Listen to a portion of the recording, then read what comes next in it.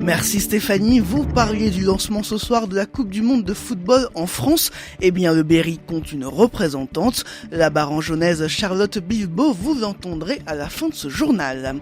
Également, dans l'actualité des lycéennes, Castelroussine participe au futur de l'écrit à Noirlac. Ce projet a beaucoup apporté aux élèves. Un artiste berruyer a réalisé une copie de la Joconde. Le dernier coup de pinceau a été mis en février et le résultat final est impressionnant. Problème, l'artiste n'arrive pas à exposer son tableau. RCF en Berry, le journal Hugo Sastre. 8 élèves du lycée Sainte-Solange de Châteauroux participent au futur de l'écrit à Noirlac ce week-end. L'arbre est au cœur de la performance d'une vingtaine de minutes. Il s'appuie sur le dialogue de l'arbre de Paul Valéry. Les élèves ont eu 4 temps importants de répétition, mais aussi des immersions sur place. Le reste du temps, les élèves devaient travailler seuls.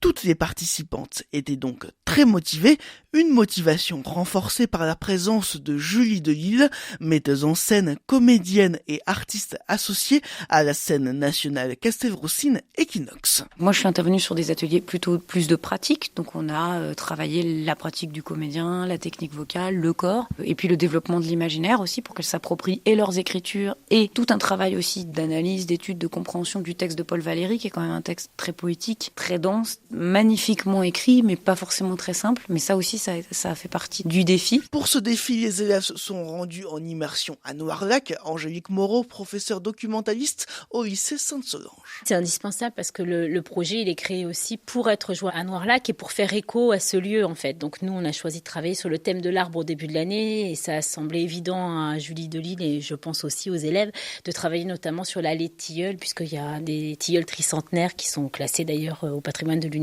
Élève en première S, Mélina a aimé ce travail. Cela lui a changé son rapport à la littérature. J'ai pas d'attirance particulière avec la littérature en général. Et du coup, ça m'a fait découvrir un aspect de la littérature qui est très beau en fait. C'est vraiment de la poésie, du lyrisme et j'ai trouvé ça très beau à faire. Du coup, ça me donne plus envie de lire des trucs plus classiques. Je pensais, mais je trouvais ça un peu ennuyeux. Et le mettre en scène comme ça la rend plus vivante. 2 représentations de leur spectacle sont proposées demain à 17h30 et à 19h30. L'Indre est en vigilance orange pour vent violent aujourd'hui à partir de 10h. Des rafales entre 90 et 110 km/h sont attendues. La préfecture conseille d'être vigilant en ville, aux possibles chutes d'objets, d'arrêter toute activité en plein air ou encore de ne pas se promener en forêt. Nous ferons un point météo détaillé en fin de journal. Une convention signée entre les Restos du Cœur de l'Indre et l'agence d'intérim ADECO. Objectif, mettre en relation des bénéficiaires des restos avec des entreprises à la recherche de candidats. En expérimentation depuis le mois de mai, une dizaine de personnes ont déjà trouvé du travail. L'Indre est le premier département à mettre en place ce type de convention. Mona Lisa a-t-elle pris ses quartiers en Berry? Si la Joconde de Léonard de Vinci est toujours bien installée à Paris au Louvre, elle a désormais une petite sœur à Bourges. Un artiste berruyer a réalisé une copie bluffante de la Joconde.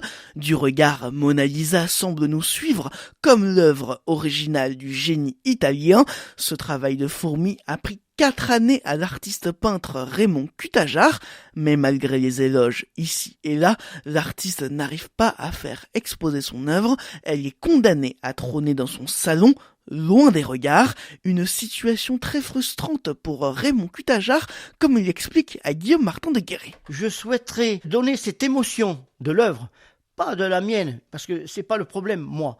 Le problème, c'est de livrer l'œuvre pour qu'elle crée une émotion vis-à-vis du public. Et par mon intermédiaire, et dire quand même, il y a quelqu'un dans le Berry, dans le Cher, qui a été capable et qui peut faire honneur à la région du Berry et du Cher, d'avoir réalisé en tant que peintre cette œuvre.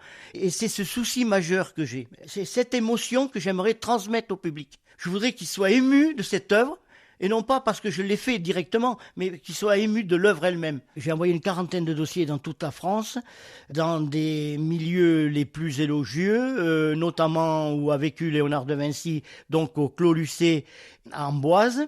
Bien qu'on considère que l'œuvre est très réussie, malgré cela, elle n'a pas été acceptée.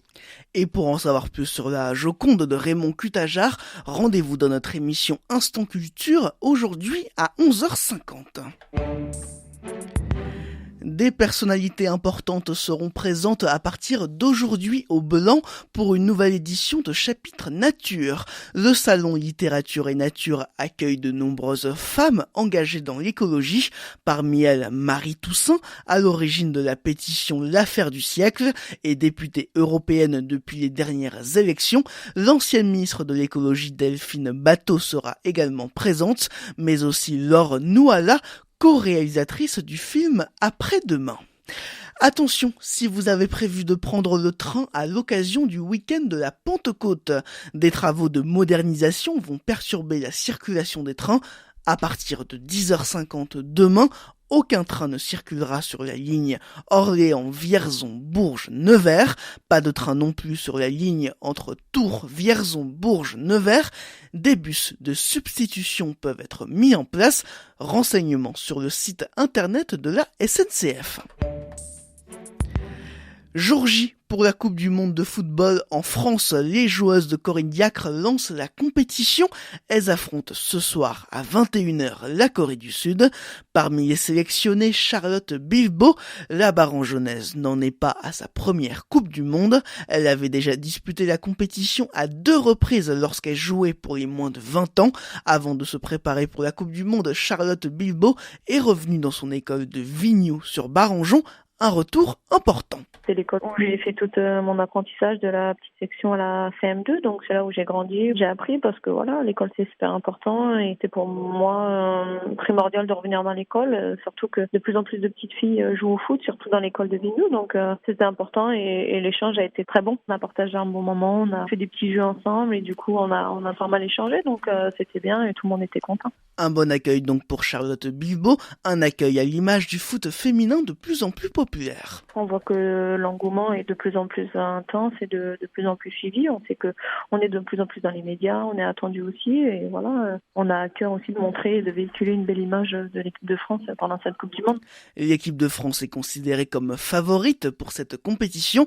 Le premier match sera face à la Corée du Sud ce soir à 21h, un match diffusé sur TF1. Charlotte Bilbao était également notre invitée ce matin à 7h40 dans nos 3 questions A. Interview à retrouver sur rcf.fr ou à 18h15 dans le tour de l'actu. Le rugby club Isole-du-Noix fête ses 50 ans le 15 juin. 700 anciens rugbymen du club sont attendus ce jour-là pour fêter cet anniversaire. En attendant, une exposition photo est à découvrir dans le hall de la mairie d'Issoudun depuis hier soir. En football, la pelouse du stade Gaston Petit de la Berrichonne de Châteauroux désignée meilleure pelouse de Ligue 2. Elle obtient 18,9 sur 20 cette saison. La brasserie et distillerie Ouche Nanon ouvre ses portes demain. Rendez-vous de 14h à 18h pour visiter ce lieu où l'on fabrique des alcools bio à Ourouer-les-Bourdelins dans le Cher. L'après-midi se terminera par un concert et une buvette festive sur la place principale du village. Pour les visites, la réservation est conseillée via le site internet de Ouche Nanon. L'Indre est donc en vigilance orange vent violent. Aujourd'hui, ce matin, de la pluie est attendue sur les 2 départements berrichons. La pluie s'accentue en début d'après-midi pour des orages. Il devrait s'atténuer au cours de l'après-midi. Ce week-end, il devrait y avoir une alternance pluie-soleil.